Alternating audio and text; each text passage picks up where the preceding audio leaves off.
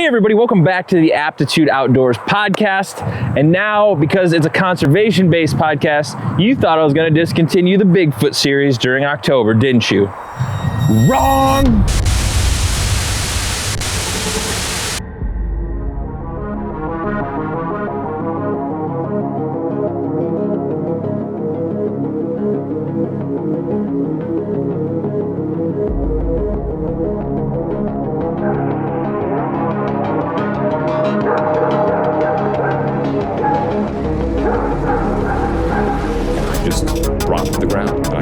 Sat down behind this log with my camera recording. Maybe 5 minutes, 6 minutes after I sat down, sure as hell, whatever this thing is I can hear it start working its way down the hill, kind of going back and forth closer to me. And I'm sitting there thinking, all right, this is it. And it's waited until it got as close as I could. It sounded like it was as close as it could be.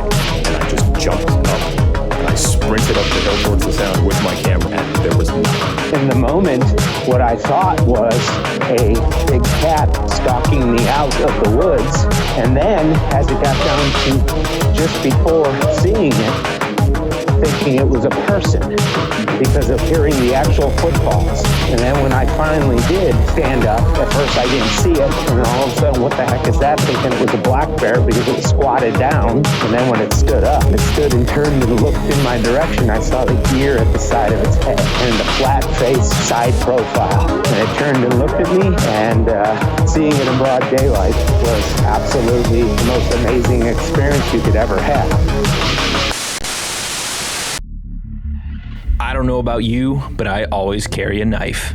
Doesn't matter what the situation is, I'm always reaching for a blade, whether I'm out prowling the backwoods, hunting the boggy river bottoms for Sasquatch, or simply hearing noises in the middle of the night. And when I need a tool, I want something that's quality, Bigfoot proof, and handmade right here in the USA.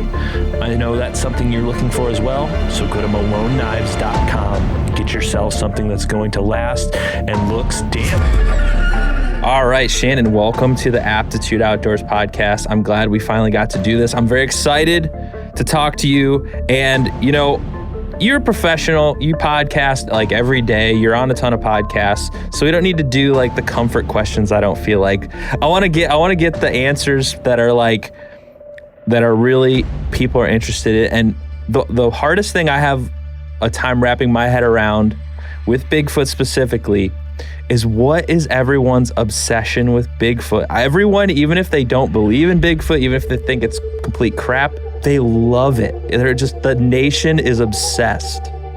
So admittedly, you know, I've got 3 different UFO documentaries out on Amazon, and, you know, I talk about ghosts and my own first sighting. Awesome mug, by the way. Side note, my own first sighting had nothing to do with Bigfoot. I've never seen a Bigfoot. So right out of the gate, there's that. My own sighting was nothing to do with Bigfoot, but Bigfoot is my absolute favorite subject.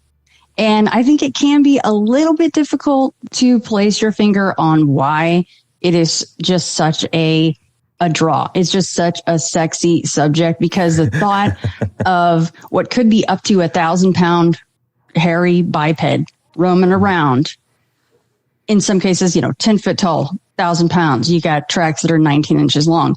That is insane to think about. And if you've ever stood next to even an 8 or 9 foot tall replica, some kind of a cutout or something, it really puts it in perspective, because I think it's one thing to say that, but then to actually stand next to something and have to look up at it. And I'm 5'6", so I'm not the tallest person anyway, but to have to look up at that and realize that actually really could be out there. And I do think that they really could be out there. And I've had my own experiences, if you want to talk about that as well. Yeah, absolutely. But the fact that they might be smart enough and that they are adept enough to stay away from us, because who wouldn't want to? We're a bumbling mess, really. That is a really fascinating thing to think about, that they are able to stay away from us. I think that they are. I think they're adept enough to do that. And they're just built for that environment, whereas we are not. We are very loud.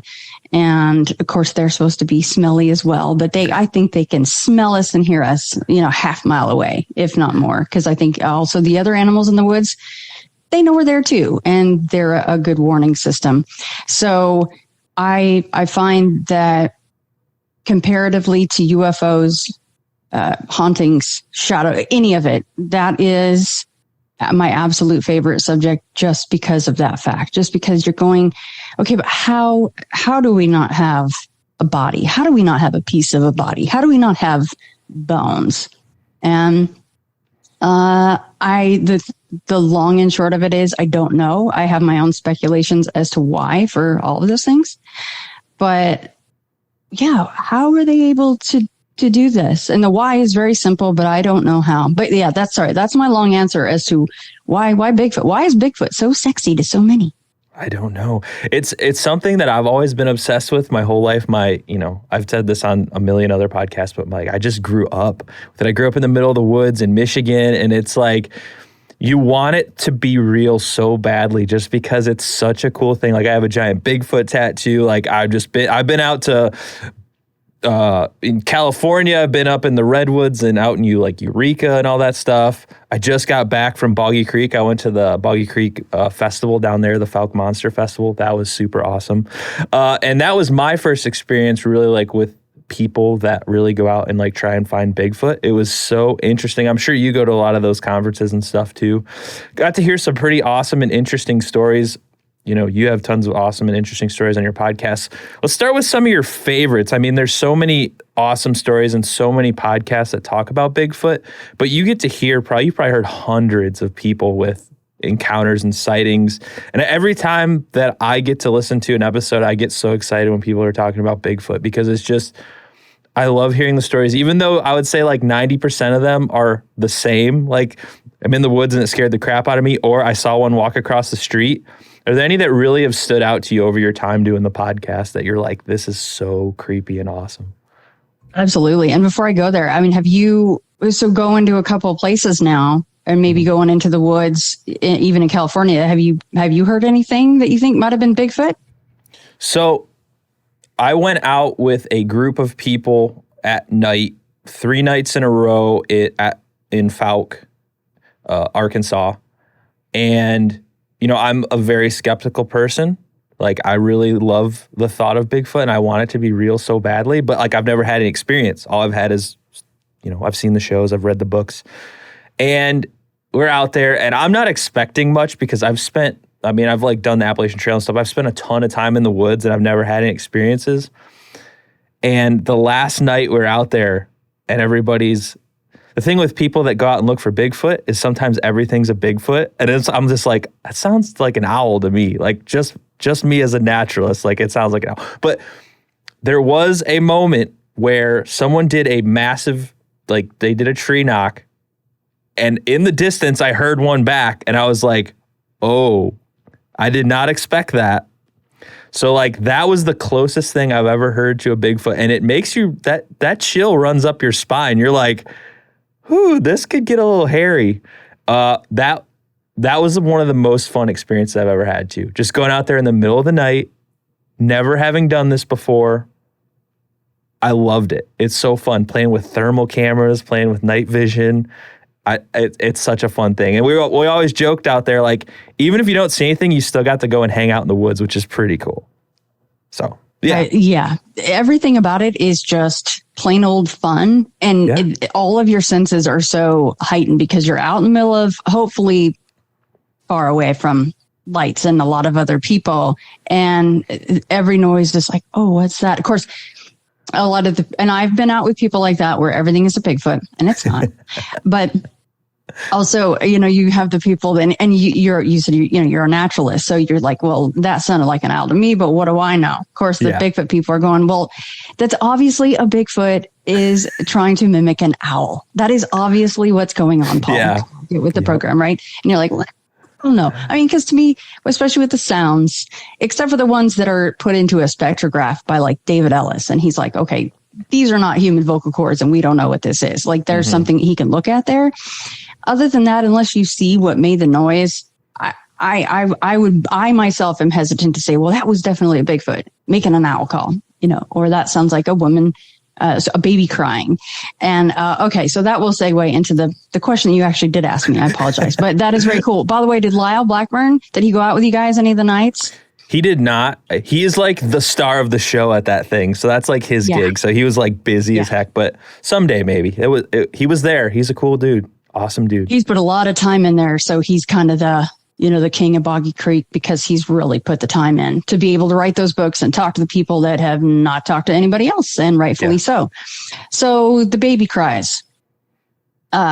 This will lead me into one of my favorite encounters. It's actually not on the show. He's told it on many other podcasts, but it's included in my book, Beyond the Fray Bigfoot. Mm-hmm. And it's a story from Derek Randall's.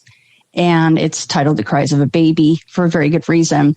And even though I have recommended to people to try this, and I have tried it myself, and it did actually work. What came in, I don't know for sure, because I didn't see what was making the sound, right? But Derek Randall's got in touch with a very famous Bigfooter, someone that he counted as a mentor to himself. And he said, well, if I wanted to really have an experience, then what would you recommend that I do? And this gentleman says, I would go to a very remote location and I would play the cries of a baby. And so Derek Randall's, this is in the time before YouTube, where they have these awful, god awful. Why do they even have these 10-hour loops of babies crying, right? What the hell is that about?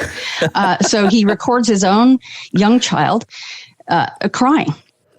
And he decides to go out in the middle of nowhere. Now, I have been around Derek Randall's when I went to Washington State for, Don and Greg's property. And they had a lot of activity, lots of audio recorded. And I met him there. And this man is like a Sherpa. He's a goat. He is ridiculous in the woods. He can go anywhere, do anything. He'll go hiking he's going a little 8-mile hike, no big deal. He doesn't screw around. He's well armed and he's smart about it. But this particular day, he takes the recording and he hikes. And I think actually it is about 7 miles in to this location, middle of nowhere. And this is Pacific Northwest. And he finds a little spot. It's above a ravine on a little hillside. And he just begins to kind of settle in. And he begins to play this recording of his own child crying. He's playing it for about 45 minutes and he's going, this is such a terrible idea because I'm going nuts and I'm out here in the middle of nowhere. It's getting later in the day. What in the world am I doing? He admits he's about to shut the thing off because he just can't take it anymore. And he hears something. He said he equates it to the sound of what he said would be like an elephant running down the hill opposite him. So he's on a hill, ravine. There's another hill that comes up on the other side. And this thing is crashing down like an elephant through the woods. He can't see it, but he knows instantly it's something extremely, extremely large. And he can tell it's on 2 feet. So he's playing the baby cry. He's like, okay, well, this is what I'm here for. Let's just chill out. Everything's cool. Everything's cool. But it keeps crashing down through. And at one point he reaches down, he unlocks his, probably, I imagine him with like the dirty Harry gun, like, Yeah. you feeling lucky, punk? Like one of those, I think he carries a pretty big weapon, smartly so. And this thing is crashing and hits where it would be the break in the trees for this ravine. And he can hear it now huffing and breathing. And he said that's the point he realized that he was dealing with a real thing, that he was stressing out so badly that it was like, he said the sheer power and volume with which this thing was breathing was shocking to him. And then all of a sudden he realized he could be actually in mortal danger. Like he felt like, I don't even know if my gun is going to save me if this thing crashes through and comes at me. He presses stop on this recorder and instantly he says it goes silent. And that was almost just as bad, if not worse, than the huffing and puffing, because he doesn't know where it is. He doesn't know if it's looping back around him or doing some weird, I don't know, at this point it was a thing, but the whole spider crawl with Bigfoot, which forget that, by the way. I think I'm good on seeing that. That might scar me. As bad as I want to see one, I don't know. So he presses the stop and he realizes I have no clue where this massive elephant sounding creature is. And he said he sat there for a little while and he really was contemplating his choices at that point. Not only just to be there, but now at Bigfoot. He's sitting there and feeling like he's in mortal danger and going, screw Bigfoot, I'm out. Like, this is ridiculous. I don't know what else this could be. So obviously I got my answer, but guess what? It wasn't the answer that he wanted, because look at what happened. So he hiked back out, never heard a thing again from whatever it was. And thankfully he didn't leave Bigfooting. He's very much still a part of it. God bless us, because we need Derek Randall's on our side. But it just proves that the cries of a baby does seem to be attractive. I guess is the wrong word. It attracted it in. Was it attracted to that Bigfoot? I don't think so. I think like he said, he feels like he pissed it off. He stressed it out. Does that mean that was a female? Does that mean that it wasn't? I mean, the size wise, you could argue, well, it sounded awful because it was, well, we don't know. I think that female Bigfoot can get pretty damn big too and can make a lot of ruckus too. So that was Derek Randall's story. Yeah. And at the Brown property, we played, at this point, we did have loops of baby crying on YouTube. And it was when I was out at the Brown property with Wes of Sasquatch Chronicles and a few other folks, and just played it out of the phone speaker.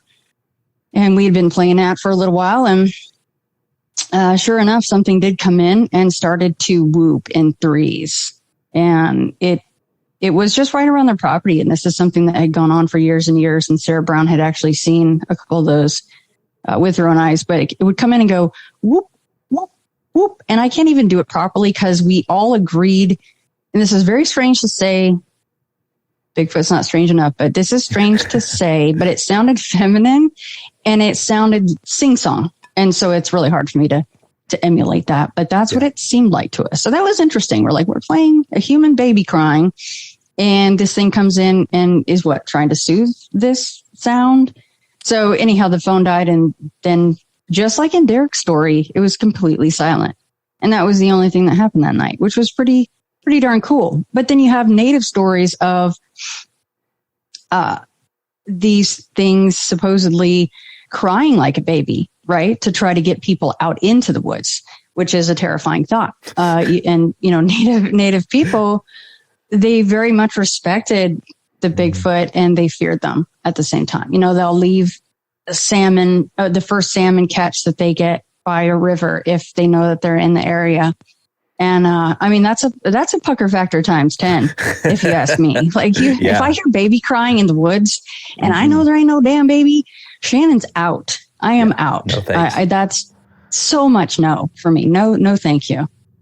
Well, at the conference, met this guy and he was telling a story. He said, basically like the long story short is they were out camping. They were out looking for Bigfoot and, something's walking around outside of his tent and, the guy, there's a tent next to him. He said that guy pulled out his gun. He said the guy in the tent with him pulled out his gun. And then he pulls out a pocket knife and like a little Swiss Army knife. And the guy's like, what the hell are you going to do with that? He says, if it comes in here, I'm going to kill myself. I was laughing so hard. He told the punchline much better, but it was one of the funniest stories I ever heard in my life about Bigfoot. But that's the thing is I would love to hear a whoop so bad. I was really hoping, when you go to these famous places, the Falk monster story is from the 70s or something. The movie came out and all the big fanfare around it was a while ago. It's I don't think 40, 50 years later he's still just chilling out. But you never know. But I wanted so badly to get that experience. But obviously there's people that spend their whole lives dedicated to finding this. I'm not going to get a sweet Bigfoot encounter my first time ever on a weekend trip, So those things are so awesome. And maybe I know a lot of people that are that know about Bigfoot and follow it like you and me know what the brown property is, but maybe like for some of the listeners of my podcast, you might not understand what that is. Could you maybe give a little detail about that? Because it's an interesting place. Everybody's talking about the brown property a lot, but maybe some people don't really know what that is. Yeah, absolutely. John and Sarah Brown, they are near an Indian reservation in the state of Washington. And they had for years been hearing strange things, and they have a lot of other things going on, but for now I'll just focus on the Bigfoot side. A lot of strange sounds, and the fact that they actually, I can't remember if we did, I'll just leave it out. I was going to say the Indian reservation, but I don't recall now if we said that or not. Anyhow, they are on an Indian reservation. So what I was saying about a lot of the native peoples leaving essentially gifts or peace offerings, maybe is more rightly said, for Bigfoot, this was going on their property. And so a lot of the neighbors would say, oh, of course they're here. Like, it's just a known thing. This is not like, oh, whisperings of Bigfoot. No, it's just a known thing. Well, John and Sarah eventually would each have their own encounters. Sarah saw one within, I think it was 15 feet. It really messed her up. It terrified her, which I could understand that. Yeah. You know, the stories that I've heard on my show, a lot of them are on my no thanks list as much as I want to see one. Because then you're kind of going, well, I did like the woods, but now I'm never going to go in them again. You know, that has happened. So they eventually ended up getting this incredible thermal footage. And it's the linebacker on the ridge footage, which is mostly shared as a still. And it literally looks like, have you seen that one, Paul? Have you seen that photo? I'm pretty that positive. video? I mean, I follow it pretty closely, all this stuff. So I see a lot of the videos that come out, and 90% of them are terrible. But I have seen that. Yeah. I'm pretty sure I've seen it. I know it's like just like a walking up a ridge on the ridge, and it's just like a black dot basically coming up over or something huge. Actually, no. This one, so this one in relation to the Browns, it was because on the back of their property, it's a nice big backyard, and then it has a pretty steep drop off, and then it opens up into a valley that has a river, which might be another reason why the Bigfoot liked that area, right? Go find the water. So there was a Bigfoot around. There was part of the Olympic project was there. Mm-hmm. And they had a sick, thermal imager. Those are toys that if you're a Bigfooter, like you mentioned in the beginning, invest in one. Because it's so much easier just to be like, oh, what in the hell is all that noise? Oh, it's a raccoon. Like instantly you can hopefully just, okay, our minds are playing tricks on us, which happens a lot out there. So anyhow, they're having some activity. Somebody brings up this thermal imager recorder, and it essentially looks like, and you have to imagine it standing, most of its body is down this part of the ravine, right? So you can't see it, but what you can see is chest up, and it looks like Jay Cutler just in a thermal imager, except if he had the ridge, right? Yeah. And like massive orbital eye sockets, huge pecs, trapezius muscles that just stand up right away from where they're supposed to. And this footage, people are going, well, look at that damn cow. Look at that cow. And for me, I'm like you. I'm like, it's got to be really good for me to go, this could really be something. And for people to go, it's a cow. I'm like, I don't see that. If you could get out the red circles that people love for this Bigfoot crap, please, because I don't get this cow thing. So anyhow, that's something that people can go look up, brown property, thermal imager. And I can actually send you some stuff too, Paul, after, because I think I have some of the more redone high def stuff. If you wanted, I could try to track that down for you. If you wanted to put that in your show notes. I'm going to have to find that. Yeah. I'd love to share it. Pretty incredible, because that's literally what it looks like. Jay Cutler's just shirtless on the ridge at the Brown property. You're just hanging out, except for, like I said, he's got the sagittal crest and all these other strange things. I don't think Jay has grown any of those things. So not yet, anyway. Not yet. It could be coming. But yeah, the Browns also, though, at one point got out of Bigfooting because they really just felt like there was something else going on with Bigfoot. And they felt it was getting a little too personal for them. Plus, the Bigfoot community is a huge mess, as you well know. It can be a huge mess. Yeah, quite the cesspool sometimes, and it can be tough to stay out of there. You know, it's good just to, you just stay neutral. You be Switzerland. That's how I play it. But they have had what essentially looks like campfires being burned in hills across from their property. And I've seen light. I saw light in the woods when I was at the Brown property as well on the very first night. Do I think those things are connected? I don't think so, but I could be 100% wrong. Who knows? Maybe Bigfoot are just interested in the lights like we are. I don't know. But yeah, John and Sarah would see these campfires burning. They go, man, who's camping over there? That's a really weird spot. Like or maybe they weren't even supposed to be there. You know, that kind of a thing. And then the campfire would go out, and guess what? Another campfire is built in another spot. So a lot of strange things go on in a lot of these areas where Bigfoot, I think, just happens to be, because you got to look at geographical stuff. I do think that things like granite or things that are just naturally occurring can also exacerbate situations like that, with especially lights in the woods. But when we saw the light in the woods at the Brown property, it was on the first night, actually kind of pissed me off, because I mean, it's cool to see, but I'm like, no, because I don't want Bigfoot to be paranormal, and whatever that definition is, I don't know. You got people on the far left saying, no, they come through portals, right? Or, I mean, one of the craziest ones I've ever heard. And it's far-fetched for me to even say crazy because of the things that I really think are out there and that I've seen. But I mean, to say that Bigfoot is working with aliens to mine gold and they're actually slaves, to me, I can label that one maybe a little crazy. Yeah. And I'm not one to say that word very often, but yeah. So you have portals, and you have, you know, maybe, and here's where maybe the more I hear, I don't know, maybe I do believe that they are just extremely adept at their environment. They're the Liam Neesons of the woods. That's what I like to call them. They're just badasses, period. And they just know what they're doing. They know how to stay away from us. One of them is sick or dead. They're usually almost always with another one, right? Or a family or a group, however they move.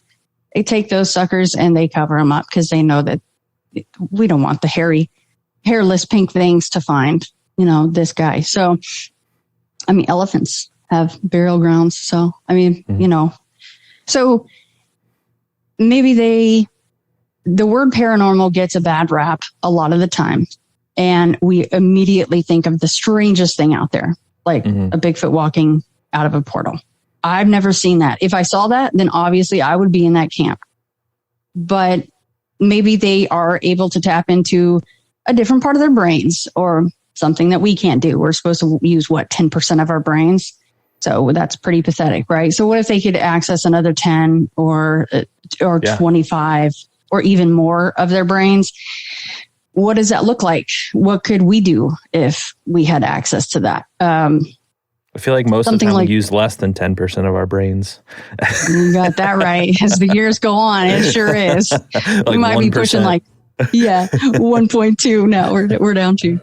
Yeah. So, I mean, something like a cuttlefish in the ocean, and there are a lot of things that can do this, really, especially if you talk about bioluminescence, right? Or you talk about glowing eyes. There's bioluminescence in the ocean. Cuttlefish can change their skin texture and tone and color. And I'm not saying a Bigfoot is a cuttlefish. I'm just saying, what if there was some kind of a strange thing that they could do?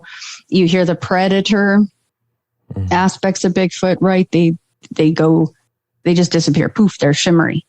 But see, to me, I've heard so many people say that the way that they move was so strange and so fast that, you know, their mind couldn't comprehend that. So maybe in their mind, they're saying it just disappeared, but they have no other way to explain that because it's just so fast.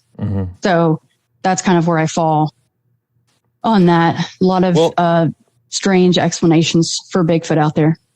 I mean, an animal like a deer or something is essentially highly adapted to a woodland environment. And I mean, as someone who hunts and spends an inordinate amount of time in the woods, like they're just gone after, like, they'll take a few running steps and they're just gone. Like, you do not see them anymore. So, I mean, just like the coloration that they've evolved over time allows them to camouflage so well in that environment. They're like, you can walk by. I've walked by deer, 20, 30 yards away that were invisible. Other people pointed them out and just like, you would never know. And the woods is a great place to hide for anyone. I mean, how many like serial killers and people just take off into these huge, I think people have a hard time understanding the vastness of the wilderness in the United States because most people do not spend any time outdoors, let alone like a mile from the parking lot, if that. So I think there's so much habitat in the United States. Who knows what could be out there? But speaking of locations, you spent some time in Ohio. You're familiar. That's where I'm at. And it always has shocked me how much on any Bigfoot podcast, TV show, even the Small Town Monsters stuff, how much Ohio gets brought up in the Bigfoot. That always blew me away. And, everybody traditionally thinks of Bigfoot as a, West Coast thing. But I mean, there's stories, I've heard. I was down in East Texas where there's supposed to be like insanely mean Bigfoot down there or something. I went out there for 2 nights with someone and, nothing happened. But, like the places that people traditionally don't think of Bigfoot. I mean, there's stories from all over. There's like the BFRO and they have sightings everywhere across the U.S. essentially. But like, why do you think Ohio gets so much play in the Bigfoot sighting world? And the famous Ohio howl that everybody knows of. Like, why is Ohio such a hot spot? It just blows my mind because I live here and I'm like, why? Like, there's just corn everywhere and like southern Ohio is hilly and mountainy-ish, but like most of it's agriculture. So. You guys just embrace the weird more than the rest of folks, except for California, right? That's what it is. Yeah. No, you know what? That's a really good question. I don't think I've ever had anybody postulate that, and I like that question. I think that something like the Ohio Howl, because it is one of the most, I would guess, one of the top 3 or 5 played audio clips probably ever for Bigfoot, right? I would say so. Probably, maybe top 2, maybe number 1. I don't know. But I think that would absolutely add to the mystique there just surrounding Ohio. It's got a nice, sexy name, the Grassman. That's a little bit different than some of the other ones that we've heard of. I don't know. That's a really good question. I do know that a lot of people feel like, because Ohio, as you might know, I lived there for a couple of years, and I am glad to be away from the winters there. So I would imagine that a Bigfoot might feel the same at some points, right? Because I think that a lot of those, they migrate through there, right? Like that is something that a lot of Bigfooters that they look at. They look at possible migrational patterns and where these things are moving to follow food. If they get uncomfortable, if they get too cold, or if I think it's mostly about the food and the water, of course, which it would be for anything that's alive.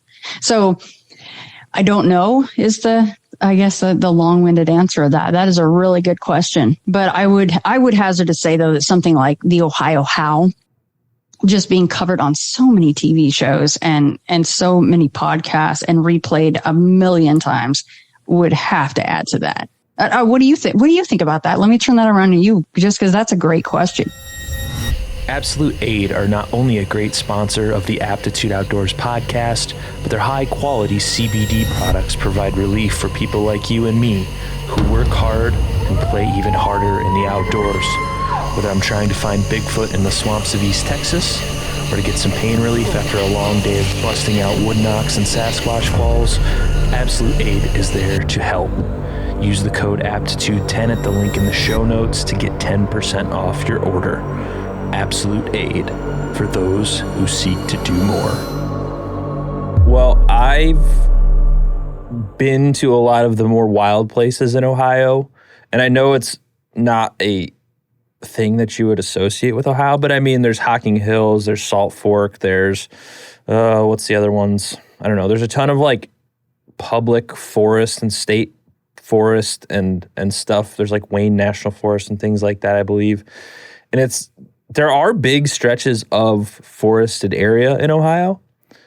The problem I have, that I have a hard time wrapping my head around, is it's also insanely populated, because we're like as far as America's concerned, like we're not that far from the East Coast. So when people were like settling and moving west, like Ohio's a pretty populated area. We got some pretty decent sized cities. Michigan too is right up there with sightings as well. Like I'm right on the border of Michigan. So like you go up there and that's where you start getting into all this like dogman stuff that you've covered, a ton too.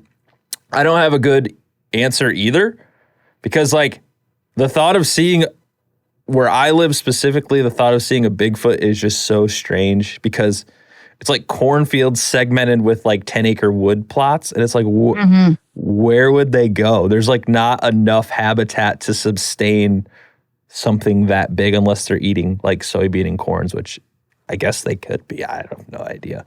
But yeah, it's a question I always get wrapped up around because like some of the most famous stuff besides the Patterson-Gimlin film comes from Ohio, and they're worlds apart as far as like habitat and everything essentially. So it's weird. So you've had experiences in Salt Fork, correct? Am I getting my stories mixed up? What was that all about? Because I've been there. Salt Fork's cool, but this was like when I was much younger. I didn't really get I didn't have the understanding that like there could be Bigfoot sightings in Salt Fork. I was like a preteen when I went there. So it wasn't even in my mind yet. But it's like one of the hottest places, people say. So what was your experience there?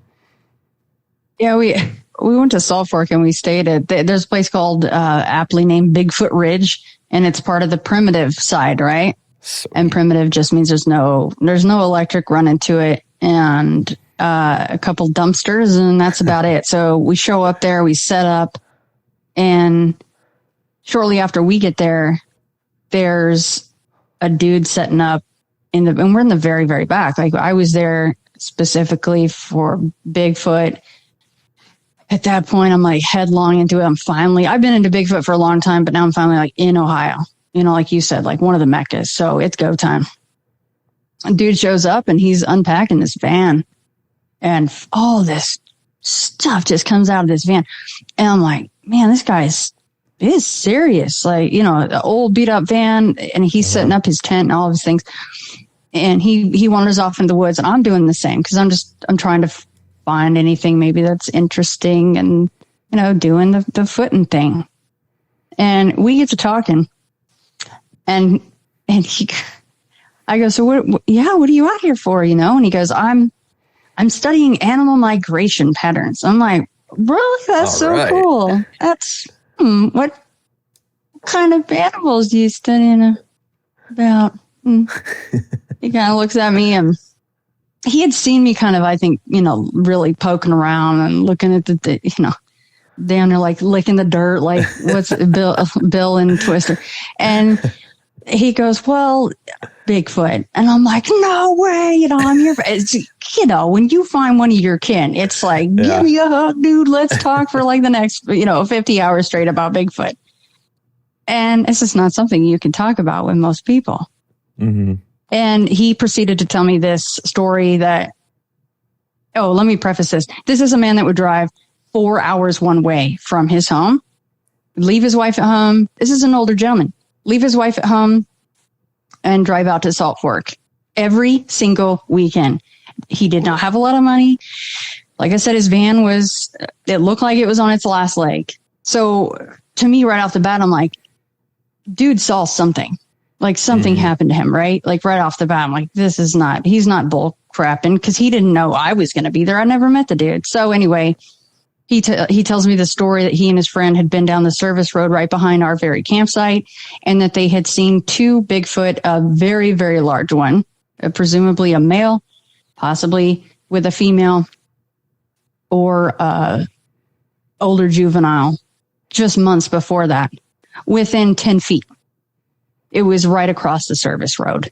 It scared his friend so bad that she won't. It was what I said earlier. She doesn't even want to go in the woods anymore, because to her, she's going, that is a monster. It is real. It is right there. And I could die. Right. Like really, when you sit down, and I'm sure it's hard to do that. Right, Paul? Like to actually think of actually seeing one. To me, it is, because it just, I think that you don't know how you're going to react. You don't know how your brain's going to process that to actually finally see one. Talking about it for how many damn years, but to actually see one, totally different. So I think she was just there to entertain, his flights of fancy and being a friend, but it really scarred her. But for him, and it's a perfect, dichotomy there, right? One of them says, F this, I'm out.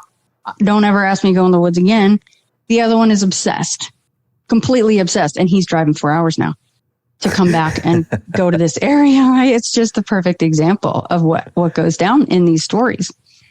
So we go in the back of the service road and he's showing me, where the sighting is. And it is not a service road is pretty much like, the width of what would be one regular lane, right? On a road for the most part, give or take. Dirt road. He's like, here's where the Bigfoot was. Here's where we were sitting. And then later that night, he's like, well, because I got my new best friend. And he's like, all right, well, tonight we're going to come back here. And I got some things I just wanted to try out.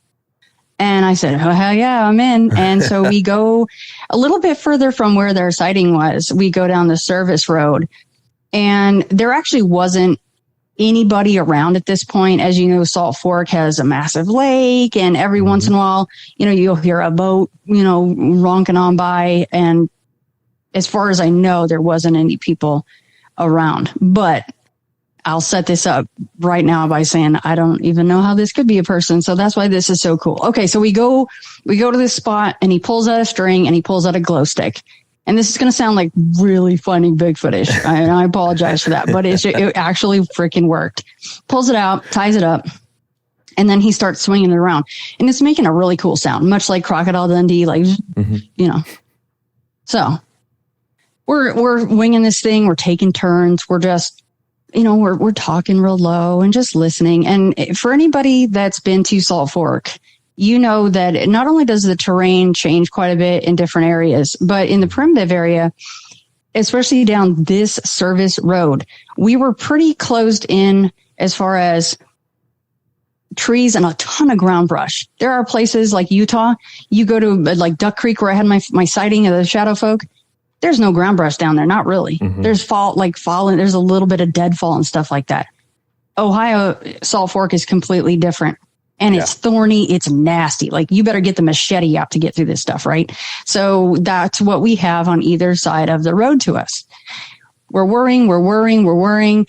And at one point, I think it was Robert that was doing the worrying. He stops and right in the brush, right next to us, comes this super loud, long, monotone whistle. And it, again, didn't see it, can't say. But to me, I'm like, that is a pair of lungs bigger than mine. And it has lips. Like that is freaking lips. And this is late. It's like midnight, 1. How someone, it definitely had a way to, pucker to make that noise. How a person could have, and had been there for nearly 2 hours it was impossible to sneak into that area is basically what I'm trying to spit out. For someone to climb into the brush right there next to us and make this super loud, long, monotone whistle. I don't even know how that would occur. And it was enough to, I was standing and I just felt the need to make myself smaller. So that's what I did. I crouched down because I don't even, it's funny when I say that now because I'm like, I don't know. Maybe it's like when people see a bear and you're supposed, I don't know what that was, but I did. I crouched down and it's probably like the moment is there. Yeah. And that was my first auditory experience. And it's something that's remarkable enough that I do bring that up and I do think about that because I don't know how else to explain what happened. And, to finish the story, it did that one loud, long monotone and we're all like looking around and Robert's probably like, yeah, that's right. That's what's going down over here. I already knew, to him, that's probably like, oh, that's nothing. But we didn't hear anything move out. We didn't have anything at the camp that night. Nothing else went down, but it was remarkable enough to me. And actually my boyfriend was just there pretty much like Robert's friend was there just to entertain. And he knows I was into this. And even him to this day, he's beyond skeptical. He's just like, I don't care. Even he will say, I don't know what that was. Like, that was actually pretty crazy that night, and he doesn't really discuss it more than that. But for him to say that, that's when I knew, like, it wasn't just me being one of those folks, right? Like, everything's Bigfoot. Like, that was incredible. And everyone's like, why didn't you record it? Honestly, recordings are so nefarious because I do honestly feel like, except for things like the Ohio Howl or Donna and Greg's property, it would not have captured that moment in any way, shape, or form. The way that your ears experience that, and for me to think it was something enough to where I'm going, I need to make myself smaller. So that we didn't record it, and that was really a cool experience for me. Well, I work with audio for a living. Like, that's what I do for my job in video. And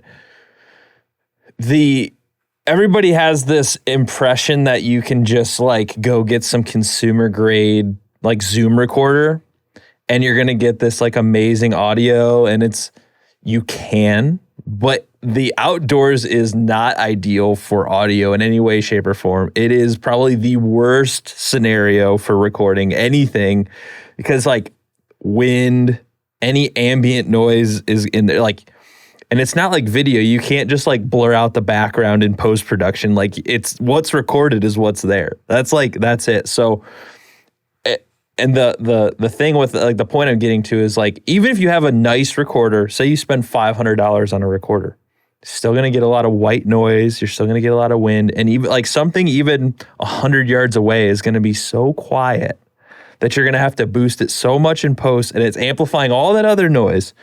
Yeah. So like, it's not this simple, like people like to think things are simple, but they're not, So like you can do some editing, I'm sure like you can just do some sorts of editing to clear things up.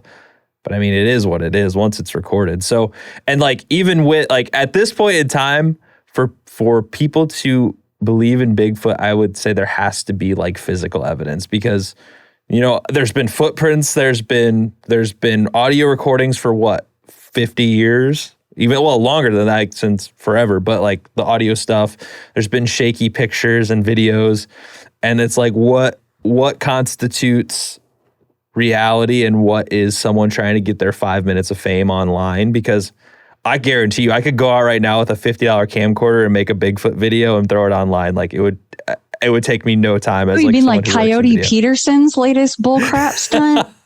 I saw that. What's going on with that? Because that's like the hot ticket right now. Everybody's freak. I opened Instagram one day and I was like, what is going on? Like, everybody is losing their absolute shit about that. Everybody did. That was such a firestorm. And I watched Coyote, it was great.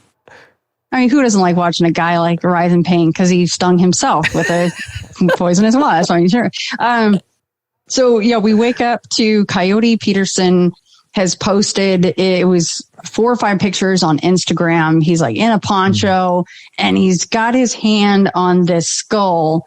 He's out in the woods and there's a skull and it's buried in mud and leaves and this and that. And you keep, scrolling through and it's the skull in various positions and he's holding it. If that wasn't enough, the description was, I'm going to put this up before the powers that be take it down. I think, didn't he mention, he actually said government, I think, before they take it down. But don't worry, the skull is safe. I've taken it out of, he essentially was saying that he smuggled this out of Canada and back into the States, right? So, yeah. Turns out days later, people are losing their shit. 100%. You're right. Absolutely. Just bonkers. But, right away, we had Dr. Jeffrey Meldrum, Esteban Sarmiento, Dr. Maria Mayer, all people that are extremely knowledgeable with these things, going, well, it's certainly not a Bigfoot skull. That is a gorilla skull. And it looks like it may be something that you can buy offline, essentially, right? Yeah. Just this replica of a gorilla skull. And it in fact was that. And days later, he comes out and he on his YouTube channel, and you can watch this, but why you want to, because it's bullcrap, I don't know. But he said, well, this was just a what if scenario. This is a mockumentary, and then we all lost our shit again, because it's just, we all take this really seriously, and you're just dashing the hopes and dreams of, what's his target audience? 13-year-olds. And I'm not making fun of that. I'm just saying your target audience is kids, and you have just dangled this massive carrot in front of all these kids across, the United States and, maybe the world. I'm sure he has international viewers. And just to say that, we bought this and we buried it in the dirt to make a mockumentary. It was a poor move. It was a poor choice. Like the knight says on Indiana Jones, you have chosen poorly, because that just, and if you go read the comments, people have lost a lot of respect for him. And I have to say, I have too. It was just it wasn't a good thing to do, because a lot of us do take it seriously. And if you take somebody like a Kerry Arnold, he's been on the show before. He has his own show because of his sighting. He didn't go back in the woods for like 10 years after his sighting, because it was so terrifying. So people like Kerry, if that was me, I'd be like, dude, I wish you'd have a brown pants moment, because you wouldn't be poking fun and creating these little mockumentaries, because to a lot of people, it is very, very real. They know that it is. So yeah, it was a poor choice on Coyote's part, 100%. Yeah, and it, you get a lot of the hoaxing stuff, and everybody wants their 15 minutes of fame again, and it's pretty common, I would say, nowadays, because like, if you edit video for a living, you see stuff and you're like, this is so fake. Like, it is like, I could make this in 5 minutes, no questions asked. But one of the things that really, having never went out and like actually done a in the woods, middle of the night, trying to like do the tree knocks and all the yells and stuff and all this, the howls and the calls and things of that nature. I didn't personally do it, but the people that were there did it. And I think the thing that really caught me off guard the most was you're in the moment when you're out there. I thought I would be like scared shitless the whole time, because you can't see anything. You're in the middle of the swamp where I was in Arkansas. You talk about like not a lot going on. Like, we're like down the back roads, and there's like trailer courts and like rundown houses, and we're just like wandering through the woods. So like, you don't know what's going on to begin with. And I thought for sure I'd be like, nervous or shaky, but you're like so involved in what's going on, and you've got like thermal vision, and you're looking and you're listening, and you're just so wrapped up in the moment that I don't think I ever got like a jolt of fear. I was just like so interested in like the process. And that was something that I was always kind of like, as a kid, I was like, I don't know if I could ever go out there and do this, because I was just like, I don't want to ruin the outdoors for myself, because it's like whatever, I'm super into it. And I honestly think if I ever did see Bigfoot, I don't know if it would ruin it for me, because my personality, I would just probably become the obsessed guy. Like, that would just overtake everything. I'd just be like all in at that point. But yeah, I don't know. Have you heard an experience anywhere, podcast, TV, anything that maybe you could settle into? Ooh, that one. No, I don't know about that experience. Do you remember one offhand? Yeah, there was one. I can't remember. It was on. I cannot find this episode again. It was one of the older ones, like earlier in Sasquatch Chronicles, where it was like two guys camping in northern Canada, and there was like a Bigfoot walking around outside of his tent, and they were on a lake. Long story short, it was like super, like kept coming in super close to their camp, scared the crap out of them. They like sat on this rock outcropping and started a campfire, like on this lake, because they were so terrified all night long. And they heard their tent, this dude had like a radio in his tent, and it just turned on like full volume, full blast in the middle of the night. They're out there by themselves. And like, I don't know, that would just like put me over the edge. I'd be like, nope. But he like went up there and turned the radio off apparently. And I was like, I don't know if I could have done that, man. That's like, like hearing footsteps out in the middle of the woods at night. Like that stuff is just, the darkness is what makes it scary. If it was the daytime, I'd be like, I can see what's going on, whatever. Like nighttime is weird because you can't see anything. It's strange. Yeah, well, that guy had some stones on him. He went back and shut the. Yeah. I don't remember that one. I'll have to try to help you find that one. I'd like to listen to that one. I can't find it. I've looked and looked and looked and searched, and I cannot find it. Do you remember what state it was from? I'm pretty sure it was northern Canada. I can't remember. Oh, okay. That's all I remember. Okay. It was Canada, like remote wilderness. I don't know. It was an older one though. That's for sure. But yeah, I just. Sorry, no, go ahead. No, that would be terrifying because I hear stuff while I camp a lot, and I hear stuff walk around the tents all the time, and it's like whatever. It's probably just a bear or a squirrel, but. Well, and that's the bummer is you can't choose your encounter. You know, you can't, and it would be like lightning striking anyway. It would be like striking gold, you know, to see one in any capacity, and to see one as far as there's no room for error as far as it being anything else. You know, it's not a deer's ass or whatever there's no flash and nothing. Like, you know what you saw. And I of course would love to see one, but you know what though? Honestly, saying that, especially it's easy to say that here now sitting in Las Vegas, because I would like to move to, you know, another state one of these days, maybe even Arkansas that has woods and maybe the possibility of something. I think that would be nice. But for most of even my no list, I think that I would still do that because damn it, I want to know so bad. I just want to see it, you know, with my own eyes. And honestly, awesome. It's my friend Seth who does the documentaries. He's the head of Small Town Monsters. He used to be, you know, he talked about this for years, was into Bigfoot since he's a kid, like, you know, like the rest of us, same old story. He was in the 30th percentile. And then he had an experience.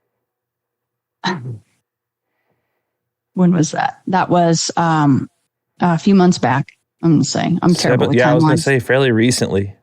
Yeah, I watched those. Yeah, yeah, and on the property in Minerva, which interestingly enough, his first Bigfoot documentary was Minerva Monster. So there's a property that his friend has, and they go out there, and he jumped off of a moving Can-Am because he saw a Bigfoot.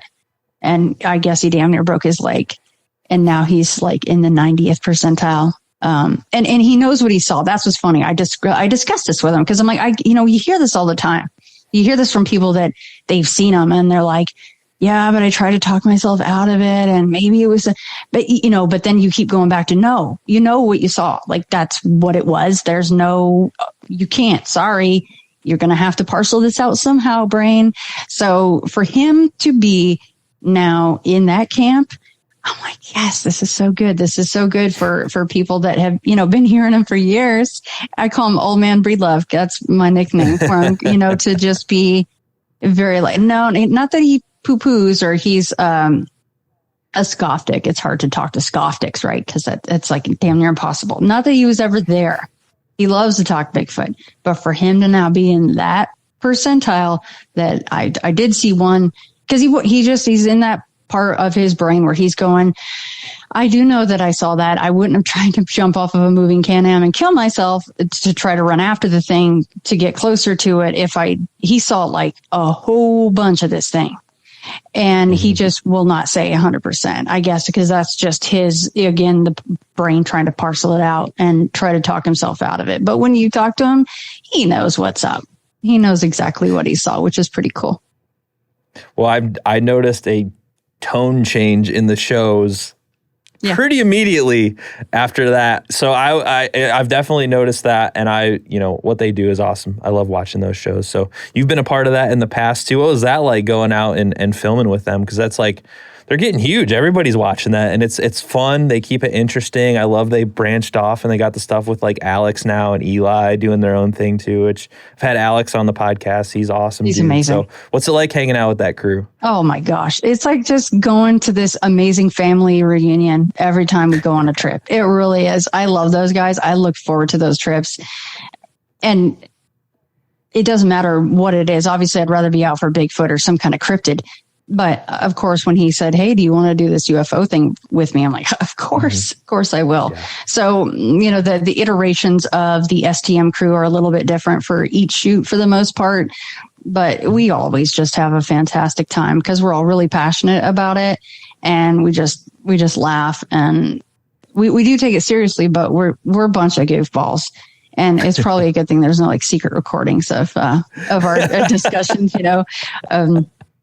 get like pirate trucker time. I don't know what it would be like, but and I'm kind of known for that anyway. But yeah, it's such a good time. And when you get a lot of people together, I'm sure maybe in your work this too, but you get a lot of people together that are passionate about something, it shows. And I think that's what he's cultivated with Small Town Monsters. Yeah, I think I just love it. I love watching it. And there's like a new breath to like the same old Bigfoot thing that's been going on forever. Like I grew up on the History Channel, like, what's next? Bigfoot next week. It's like, okay, we get it. Like I've seen it a million times. The crawling through the woods in the middle of the night and nobody ever finding anything. Like they bring a new life to it, which I really enjoy.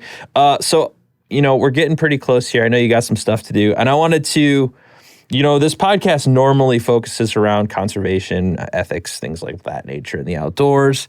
And I kind of like, do you think if they're ever to 100% prove and find Bigfoot, say for some stroke of luck, somebody gets one somehow, whatever scenario, it's proven by science and everyone agrees.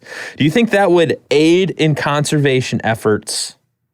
Because it would probably be considered an endangered species, I would assume.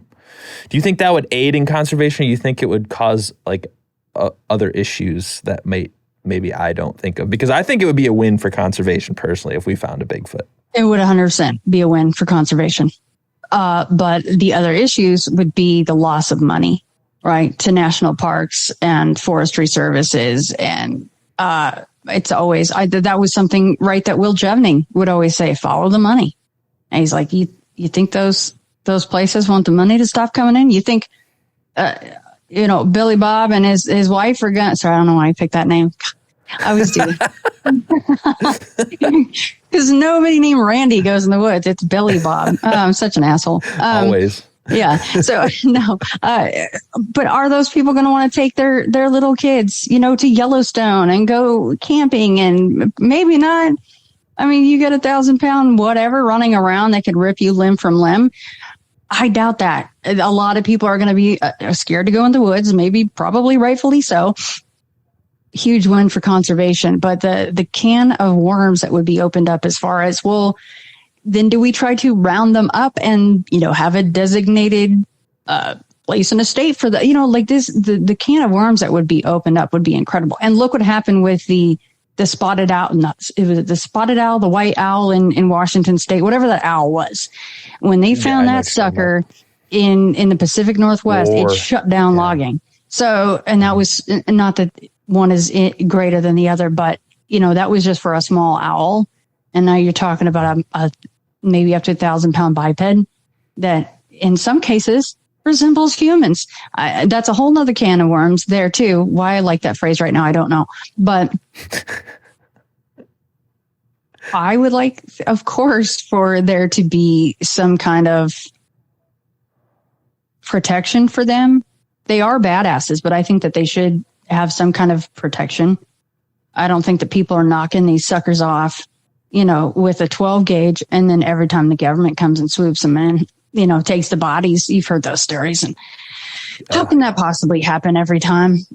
So I do think that they're pretty adept at staying away from us, but it'd be pretty damn cool to, I don't know about bag them and tag them and release them and all so that, catch and release. I don't know, but it would be pretty incredible if all that went down, Yeah, it would be definitely an interesting debate because there's we can barely save the species that need saved, at a level. So maybe if Bigfoot was real, he'd be better off not being found. Yeah, it gives us something to my favorite thing about Bigfoot and everybody that I know that likes Bigfoot, whether they believe or not, is it gives you something to look forward to and think about, and it's fun And it's like when you're in the woods, you start talking about Bigfoot, everyone gets a little scared and a little nervous. And even if they're like, I don't believe this, you're full of crap, you still get that like, start to look over their shoulder just a little bit more. Yeah. You just kind of notice that. Yeah. That's a better answer to what you first asked me in the beginning. It gives you something to look forward to. And it's such an incredible mystery. I mean, for these things to really be out there and we don't have the proof that science is looking for, what in the hell? That is pretty amazing, right? That is some sexy stuff right there. And the fact that you have all of these people that even before we had the internet or newspapers were just starting up, and people all over, I mean, really, technically all over the world, there's names for these things all over the place. Mm-hmm. Have been seeing these, and the word has been passed down, and how all of those stories match as perfectly as they do. I mean, that alone is pretty cool. Pretty interesting stuff. Well, I know you got somewhere to be. So before we wrap up, do you have any, obviously you have places where people can learn more about your podcast, Into the Fray, all that stuff. I know you got a book out. I know you're working on new stuff. So if you want to go any of that stuff, not that you need any introduction, your podcast does pretty well, but let people know. Yeah, I guess you gotta do the laundry list, right? So intothefrayradio.com is homepage. And then of course the podcast comes out every Thursday. Free podcast on all the podcatchers, iHeartRadio, Spotify, YouTube, and then I have the Patreon side if you want extra bonus goodies. And then the books are Beyond the Fray, PARAMALGAMATION, and Beyond the Fray, Bigfoot. And then the documentaries with Small Town Monsters is on Amazon Prime and most of the on-demand video services out there. But before we go, Paul, just really quickly for you, a question. What do you think about Dogman? So funny enough, the guy that you wrote the story about in your book, coincidentally had him on my podcast, and he is like an hour from where I live. Freaky, because I know exactly where he's at. Judge? And I know exactly where that's at. Dogman on Temple Road. Yeah. Yeah. I know exactly where that's at. And he was like, you need to come down here and see this. And I was like, that's a no for me, dog. I just was like, I don't want anything to do with that. It's a little, my mind can comprehend Bigfoot as a possible living animal, but a walking dog is just a stretch for me that my mind, I have a freaking anthropology degree. So I understand the chart of human evolution back to the beginning of time. And I don't think there's any dogs that could be in there, but hey, what do I know? I don't leave anything to be decided by me. So if I had to answer you, the Dogman's a no for me. The Bigfoot is a maybe for me. But I don't know. I have a hard time with walking dogs. That's just a stretch my mind can't take. I don't know. No, that's a fair answer. And, I'm sure you heard me say it because it's ad nauseum, but the term dog man is just so silly to me. And I hate that term, but you can't call it a werewolf because werewolf means a man that turns into the dog, right? Or the wolf. Agree. Can't say the L, but I don't know either. But when you talk to somebody like the judge, right, you're kind of going, well, he convincing. Saw something. I don't know. Yeah, it's terrifying. And I don't know. I don't have if that ever happened to me, I would probably be on the pedestal too. No, for real. Yeah. Listen to me. But it hasn't. And I don't want it to. Yeah. Bigfoot, I would love to see and hear and find and look at and whatever. Not anything to do with Dogman. But a funny thing, and I'll go all day if you let me, so cut me off if you got to go. But to show you how ingrained this stuff is in the folklore of where this region, when we were kids, my grandma has a place up at a lake and there's a little woods behind it and stuff. And it's a community place.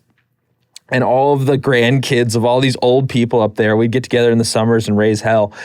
And we would sit and tell Dogman stories at like 10 years old. Like, oh, better be careful. Dogman might be in the woods. Like, that's how ingrained that crap is up like in the Midwest, like North Ohio, Michigan. Like, I've known about Dogman stories since I was like a kid. Monroe, so even Michigan before is like Bigfoot, even before Bigfoot, you guys were discussing Dogman? Huh. Yeah, because my dad watched the Bigfoot shows forever. I mean, Right. I just remember them as long as I can remember. But like we were talking about Dogman as like a trying to scare each other kind of thing, like as little kids. It was weird, Right. you know, like that. A weird memory I have is like being a kid and specifically being terrified of the Dogman. And you guys would Very use weird. the term Dogman. Like that was the Dogman. thing. It wasn't werewolf. Yeah. Because one of the original stories from what I can find was from like the Monroe, Michigan area, which was like 8 minutes from where I grew up. There's like all this Dogman folklore. So like we just knew about it. It was just like a Right. thing people talked about. And then to have the judge like an hour away, I don't know. It's weird. I still can't say that I'm like, yeah, that's a thing that I believe in. But like, it's just funny how that's ingrained in this area, this region specifically, I would guess. And they're such angry buggers. I mean, they seem like detestable little things. Like they can't take a whole lot of stress and then they're going to take it out on you. It's like you mentioned the Bigfoot down south are supposed to be a little bit more wily and Florida, Yeah. I'd imagine. And I always just say, well, if you're covered in hair and stuck in a place like that, hot, humid, mosquitoes everywhere, wouldn't you be pissed off too? I got my skunk ape shirt I on. love I was it. down there.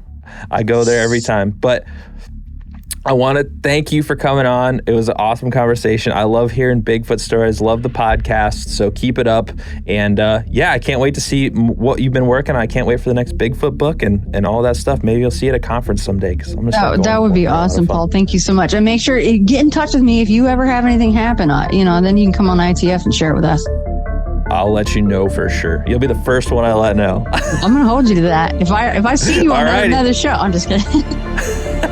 Thank you, Paul. Lawsuit.